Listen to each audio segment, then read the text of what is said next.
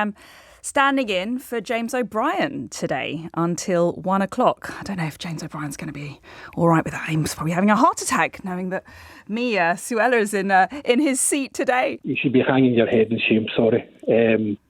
You have, the Tory party have exacerbated this problem for political gain. Let's not mealy mouth. We know what politicians are like. It is a problem, I agree. It is a significant problem. But you have used this, and there has not been one word of apology come out of your mouth this morning. £700 million has been, let me quote a past colleague, sparked up against the wall to try and deal with this issue, which you have not tried to deal with. So what's your solution? What's your solution, James? Because it's all about what's going to work. And fundamentally, as I said at the outset, we promised and we didn't succeed. We didn't succeed for various reasons I'm sure I'll get into later. But what is the solution? Because you've kicked the Tories out of government because we failed on this subject. You've chosen the Labour team. What do you think they're going to fix the problem? How? I hope so. And how? Speaking to people, having safe routes. You close down all the safe routes. So how are people supposed to apply for asylum? We need immigrants. So what is a safe route, James? Let me ask you this very simple question. So if you look at the people coming on the boats, the countries that they're coming from are sometimes countries which are not safe. We get a lot of people from Afghanistan coming on the boats. We get people from Iran and Iraq and Syria coming on the boats. So what's your suggestion for a safe route with a country like Afghanistan? Return people back to Afghanistan? Return people back to the Taliban? Are you seriously suggesting that? No, I'm certainly not. You have safe routes where people can apply for the right reasons and have adult conversations about returning people, etc. Returning them to where? Where are you returning these people? Through your adult conversations, James? Back to where their country is, if it's right, so Afghanistan. So as I said, a large number come from Afghanistan. A large number. The reality, this is what I mean with this subject. A lot of people have well-intentioned ideas and they think it's easy. But the reality is so much more complex. So we can't return people back to Afghanistan because it's not a safe country. We can't return people back to Syria because it's not a safe country. So where would those people go, James, in your world? If they meet the asylum criteria, they stay here, they work here, they pay their taxes, they work in the NHS, they work in the care system. We need these people. Well, do we? Do we? Yes. It's costing. I mean, you talked about the cost. You talked about £700 million spent on the scheme. It costs about £8 million a day to house the asylum seekers in various forms of accommodation and hotels and hostels around the country. That is an extortionate amount of taxpayers' cash. That money could be going to our GPs and our schools and our public services. So I think actually that we are incurring disproportionate costs because of this problem of illegal migration. It's not as easy as it sounds. You either have to do a deal with the Taliban if you want to return people back to countries like Afghanistan, which is not something I advocate. It's not something that's genuinely a serious proposition. Or you remove people to a safe country and you need a willing partner to work with. And that's why Rwanda was the right idea. We didn't deliver it. We didn't deliver it because we got tied up in legal obstacles. But this problem is not as easy as Labour makes it out to be. I have to agree with the consensus of the call so far that I think Rwanda was always set to be a massive failure. If I'm honest, if you look at the figures that Yvette Cooper claimed, that it's cost £700 million of taxpayers' money, and there were 4 people deported. That's an astonishing 175 million per person. Most of those were probably voluntarily moved, if I'm not mistaken. I always just think this scheme was always designed to attract right-wing voters on the centre-right, probably a lot of the voters that effectively deflected to reform. And if I'm not mistaken, a Home Office assessment itself actually said that there is little to no evidence that restrictive policies discourage people from migrating. So I just don't think it was a scheme that was ever going to work, but was always going to cost a lot of money. Well, I think there's a nugget of truth there, because I think, I don't think this was a gimmick. I don't think this was a ploy. Having worked on it and worked in good faith with the Prime Minister on trying to make it work, I do agree with you that it didn't ultimately work. We didn't get flights off to the degree that we needed to, and we didn't deliver the deterrent effect. My analysis was that the idea was the right one, but the delivery was substandard, and that's where we fell down. Ultimately, what we needed to do was to either totally exclude all of the human rights laws through the Human Rights Act and the European Convention of Human Rights, so that people who are arriving here illegally would be able to be removed swiftly to Rwanda without bringing a legal claim, legally aided, by the way, by the taxpayer, to just clog up the system and obstruct their removal. My view, I've been on the record for several years about this, is that we need to leave the European Convention on Human Rights. It's a very noble document. When it was drafted in the aftermath of World War II, had aspirations that with which we all agree. I don't disagree with anything in that actual convention. I'm very proud of the role that we played in drafting it. But the problem is, 50 years on, combined with an interventionist court in Strasbourg, which adjudicates upon the convention, is that it's now become an illegal migrants charter, frankly. And it's been stretched beyond all recognition. And I've seen this both as a lawyer in private practice, as the Attorney General, as Home Secretary. There is a conveyor belt, I'm afraid. There's a whole industry out there of supporting people who come here illegally in the first place. So they don't have a visa, they don't have a permit, they don't have a right to be here.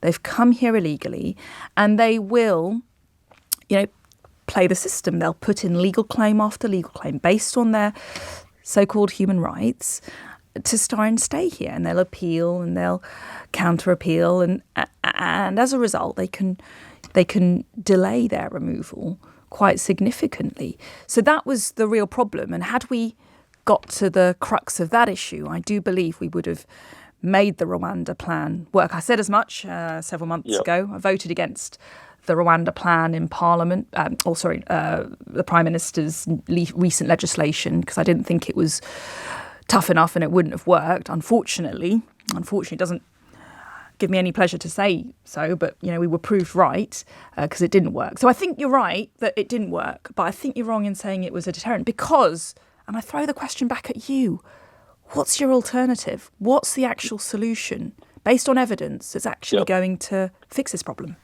Well, firstly, let me quickly address that point about the European Court on Human Rights, which, as you correctly mentioned, was a policy and a document that Britain actually helped draft. Yeah, I think the problem with what you're saying is you're focusing on one small part of that, when the actual Convention on Human Rights protects so many other rights, workers' rights, for example, that leaving it all together to deal with the problem of immigration causes so many other problems for so many other people, causes the UK to become effectively a pariah state, which really doesn't set us up well for our future aspirations of working more globally in an ever-increasing globalised world.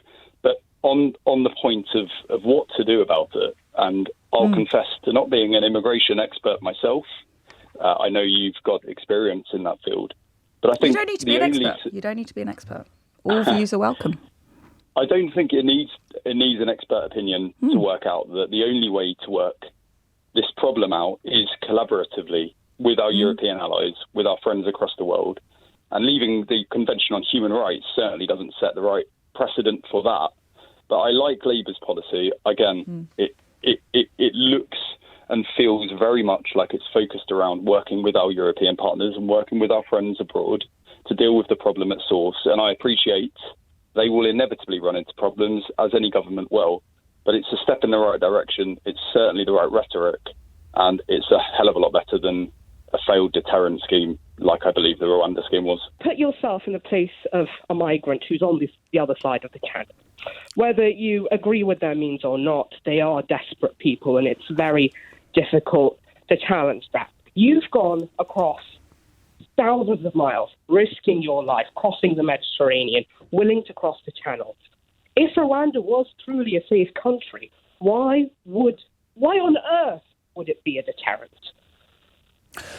So the point is, I mean, you still haven't answered my question of how we smash the gangs, but I'll give you another chance later. But how is it a deterrent? I'll tell you why it's a deterrent. It's a deterrent because the people getting on those dinghies in Calais, going on the busiest shipping route in the world, risking their lives to get to the UK, are doing it because they want a life in the UK. They want to stay in our country. That's why they're coming here. They don't want to go to Rwanda. So that's why the concept of Rwanda is the right one. It provides the deterrence, which says to someone who's getting on a boat, who's breaking our laws, who's jumping the queue, who's coming to the UK illegally, that they won't be entitled to a life in the UK.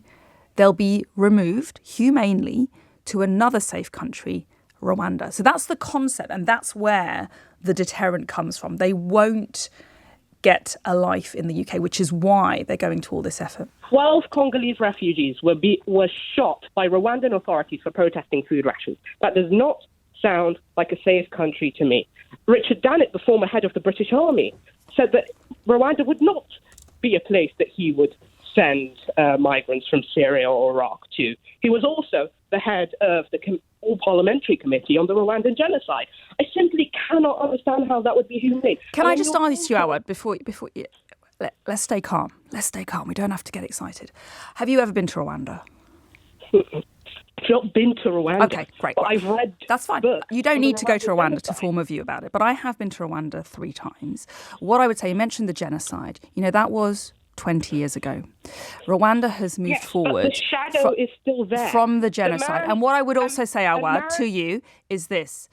Rwanda has a track record of resettling 100,000 vulnerable refugees from the region already. People from the Democratic Republic of Congo, people from Burundi, people from Libya. It's got a track record of supporting people coming into that country on refugee routes. The UNHCR, the UN agency, which is responsible for resettling vulnerable people, works in Rwanda. I've actually met some of these people in Rwanda. It's actually quite inspiring to meet them. They fled persecution. They fled conflict. They were really desperate, and they found shelter. They found safety. They found opportunity in Rwanda.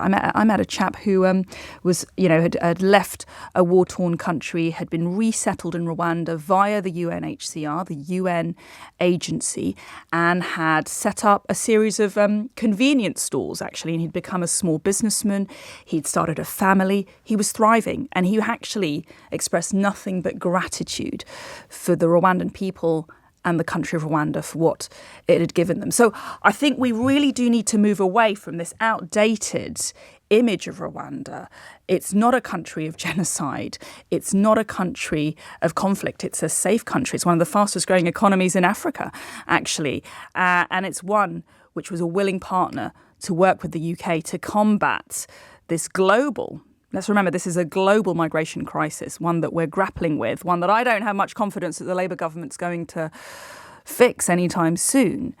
But at least we had the semblance of a solution to what is a very, very complex problem. The deterrent argument to me doesn't really work with the numbers that were being proposed to send to Rwanda. I think, 200 people out of 70,000, that's 0.25%. If you're already risking your life, I would take those odds. And equally, if we're saying it's to send people where we can't send them back to, say, Afghanistan, 200 people is not enough out of 70,000. Yeah. So I can't... Yeah, great questions. Thank you, Ettie. And I think there's so many strands there. I think the big question really underlying it all is, do we want to have a system which allows people smuggling gangs and vulnerable people and sometimes, I've got to say it, sometimes economic migrants, to jump on a dinghy in the depths of winter at 2:00 in the morning, sometimes with children. I don't know if you've seen some of these dinghies. Some of these dinghies are flimsy rubber, overloaded with 80 people on them sometimes. You know, they're designed for 10 people, carrying 80 people, and try and use that as a means to get to the UK. I think that's the kind of original question. Now, if you say no to that, no, people should not be coming to the country illegally with a people smuggling gang, paying over their life savings, risking their lives. If the answer to that question is no, then necessarily thereafter you've got to say we've got to stop the boats. Because if the answer to that question is yes, then you're saying, well, it's okay for people to do that, and then we should be, we should ditch Rwanda and we should let people here. So I think that's the overarching question that is a kind of helpful framing for the debate. Going to the specific questions that you asked. So what was the point of Rwanda? Rwanda was a deterrent. Now, it's not because, people were going to be sent to a hellhole and be treated awfully in Rwanda. No, the point of the deterrent was to say that if you make that treacherous journey to the UK, you're not going to get a life in the UK. That is not the right means to come to the UK. There are other safe routes. There are other humanitarian avenues. There are other ways. There's a long queue. There's a queue where thousands of people are waiting for a chance to get to the UK. And it's about getting in that queue. And that's the way to get to this country. I know it's not ideal because there's a lot of people to process and it takes time and you can't get it done as quickly as you'd want. But that's the ultimate way to get into the country. Not jump the queue, not pay a criminal gang, not risk your life, not potentially kill someone else. That's not right. So Rwanda was a deterrent to say this is not the right way to come to the country. And if you do come this way, you're not going to stay.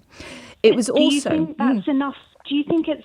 I get the logic of the argument. I'm sure Rwanda is a lovely place to live. I'm not saying it's a cruel thing to do to send people there. I'm saying that whether I'm an economic migrant or whether I'm an asylum seeker fleeing persecution, and I don't know whether there's more economic migrants, I don't know whether there's more fleeing persecution, I would take the risk. If I want to jump the queue, if I'm jumping the queue by jumping on a hideous rubber dinghy that could easily sink, and I'm potentially even endangering my child's life, I'll take the final risk of 0.25%. I just can't condone that. I just can't condone that method of travel and jumping the queue, and also accepting that there are thousands of people who are applying from around the world legitimately through our processes, through our safe routes. And don't forget, we have taken 500,000 people on humanitarian routes through due process, through the right processes from Iraq, from Syria, from Afghanistan, from Ukraine. We've got a really good track record of extending the hand of friendship and compassion to vulnerable people around the world. There's no need to get on a dinghy. That's the point. And so we needed to try and find ways to get that message across to people that they shouldn't get on a dinghy. And indeed, getting on a dinghy is not going to lead them to a life in the UK. So I think that's the overarching point. We've got to be honest as well that people coming were not all refugees. There are some. There's been, journalism, very good investigative journalism, by the way, BBC, that's talked to some of these people. I've seen it as well. They're not all refugees. Some of them are coming from safe countries. I mean, after all, I got to say, the fact is, these people are also coming from France. France is a safe country, last time I checked. Why someone needs to flee France in a dinghy is beyond me. So these people, the basis upon which they're claiming refugee status, I would say, is dubious. If they're fleeing another EU member state, a NATO member, a developed country, a key ally, a democracy, a member of the ECHR, Council of Europe, there's no need to flee France. But I don't dispute, even if I don't necessarily agree with that argument, but even if I did, I don't understand how Rwanda stops people from doing that. You're saying you can't condone people crossing the channel on dinghies. I'm not condoning it either, not for a second. Even if 100% of the people crossing the channel on rubber dinghies were cynical economic migrants who spoke fluent French and were here to sign up to our benefit system, which isn't the case. But even if that were the case, I don't see how Rwanda would work effectively as a deterrent because it's so few people being removed from this country. Well, you say it's few people, but it's about 100,000 people in total. It was 45,000 people in 2022. We got that down to about 30,000 in 2023. Yet to see what the total number is for 2024. I think that's a lot of people. That's a lot of people when you think about the accommodation required and the cost required. And I would just say this, we have safe routes. My parents came here through legal routes. Many years ago, granted, in the 1960s, my mum was in a queue. She applied. She was recruited by the NHS in Mauritius. She was a young girl of 18 and she applied and she was granted permission through the legitimate means and she came to the UK. My dad came here for different reasons. He was kicked out of Kenya and it was the British who gave him a route to security and a home. But they stood in a queue. They literally stood in a queue and waited their turn. They sound like nice people. And had they not been granted permission, they wouldn't have been able to come here. Now, this is what I take issue with. People are not standing in the queue. They're jumping the queue. They're paying criminal gangs and they're abusing the system.